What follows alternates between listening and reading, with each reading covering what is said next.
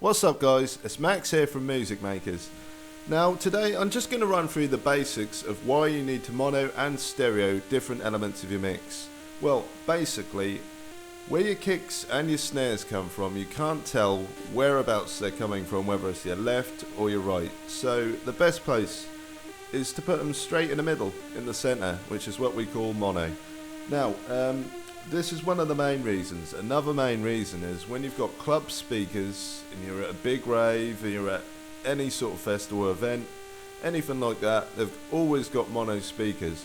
So if you were to put your kicks and snares in stereo and play it through those speakers, you'd have tremendous amounts of feedback and all sorts of distortion, and people would be going mad at you, pretty much. No one would be happy.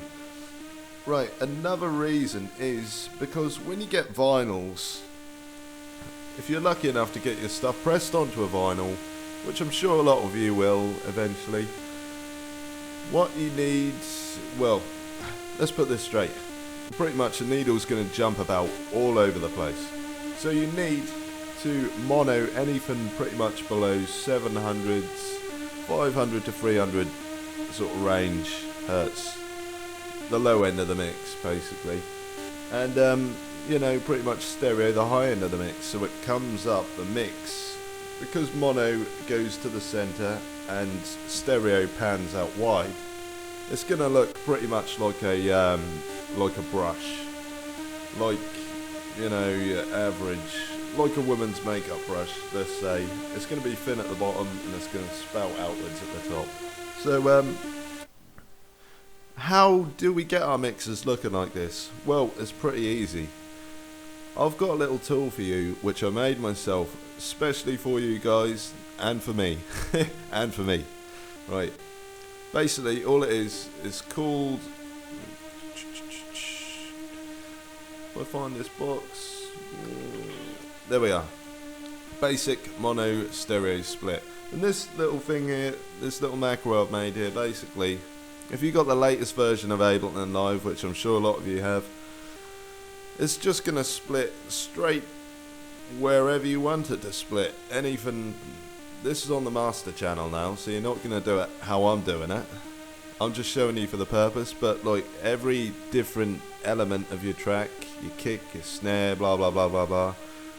Not so much a kick and snare, they'll be pretty much all mono, but so you can just put a mono utility down here on your kick and your snare if you haven't got Fab Filter mono, but pretty much you're just gonna put one of these on everything. If you've got a synth with quite a lot of low end, you're gonna have the low end of this, you know. It says the hertz there, so anything below 700. You could have the synth at 600, you could have your bass at 400, and blah blah blah.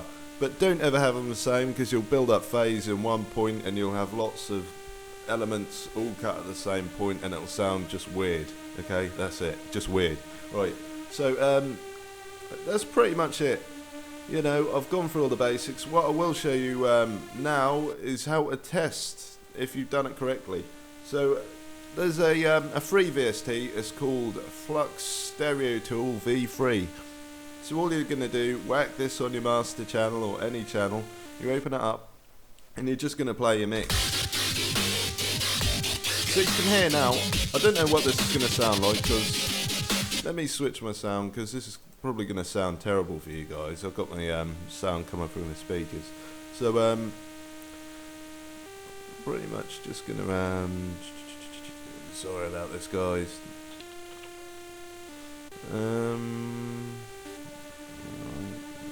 So many outputs. Okay, I'll try this one. Right. Okay.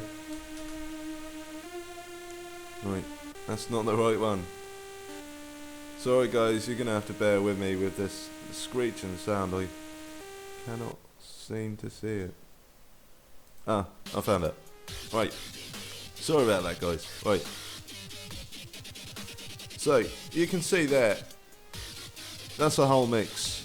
so we can't tell really where the split is. So I've made another little tool for you. It's called a mono tester. It's just in this folder.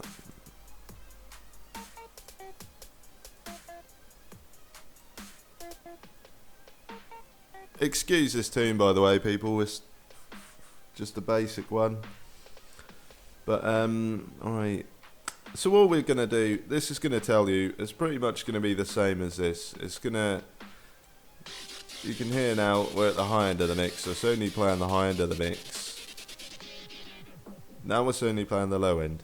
So we can see here, right at the low end, we've got some frequencies that we need to go in each individual channel, and we need to pretty much mono stuff there, because this stuff here, can you see this? Imagine if you had a needle playing on this, it's going to ping it up in the air. That's why it's essential we definitely mono it. So if I turn on my my mono stereo split, the first tool I showed you, it's now gone to pure mono, which is straight down the center, nothing coming out the sides, and I can move this about, you know.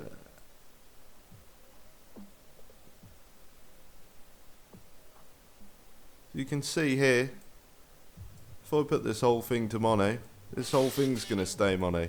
So this is what this tool's going to do to us. It's just going to help you split. So you're just going to put this individually on each channel, and you're going to do this individually.